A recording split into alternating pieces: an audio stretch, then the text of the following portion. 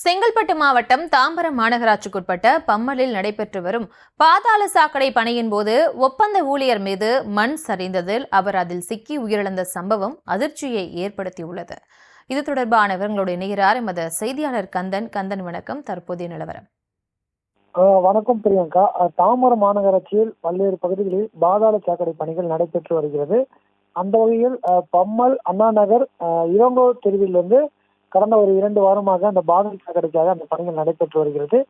இதில் அருள் உட்பட ஒரு 3க்கும் மேற்பட்ட ஒப்பந்த பணியாளர்கள் செயல்பட்டு வருகிறது. இந்த நிலையில் இன்று ஜேசிபி இயந்திரங்களை கொண்டு 10 அடிக்கு பள்ளங்கள் தோண்டப்பட்டது. அந்த பள்ளங்கள் தோண்டும் போது பைப்புகள் புதைக்கும் இடத்தில் கற்கள் சிக்கினால் அந்த கற்களை உடைக்கும் மிஷின் கொண்டு உடைக்கும் பணிகளை இந்த அருள் என்ற அந்த ஒப்பந்த பணியாளர் செய்து வந்தார். இந்த நிலையில அருள் அந்த கற்களை மிஷின் கொண்டு உடைத்துக் கொண்டிருக்கும் போது அதிர்வு ஏற்பட்டதால் சுற்றி உள்ள அந்த மண்ணானது திடீரென அவர் மேல் சரிந்தது. அது மட்டும் இல்லாமல் அருளுடன் பணிபுரிந்த 2 நபர்கள் அதை பார்த்துட்டு மேலே வந்து விட்டாங்க. ஆனால் அருள் மட்டும் மண் சரிவில் சிக்கி பரிதாபமாக உள்ள சிக்கி கொண்டார். இது சம்பந்தமாக தாம்பரம் தீயணைப்புத்துறைக்கு தகவல் தெரிவிக்கப்பட்டது.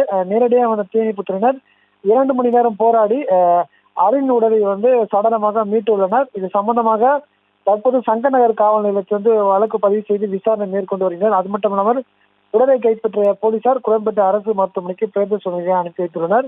முதல் கட்டமாக பாதுகாப்பின்றி பணிகள் செய்ததாக வழக்கு போடப்படுவதாக தகவல் தெரியாது. அது மட்டும் அந்த பொதுமக்கள் கூறும்போது ஒரு பாதுகாப்பு கூட இல்லாமல் சுற்றி பேரிகேடை வைக்காமல் தொடர்ந்து இது போன்ற பணிகள் நடைபெற்று வருகிறது. ஏதோ ஒப்பந்த பணியாளர்கள் சொல்லி தாம்பரம் மாநகராட்சி நேரடியாக இந்த பணிகளை பார்வையிட வேண்டும் என ஒரு கோரிக்கை விடுத்துள்ளனர். விவரங்களுக்கு நன்றி கந்தன்.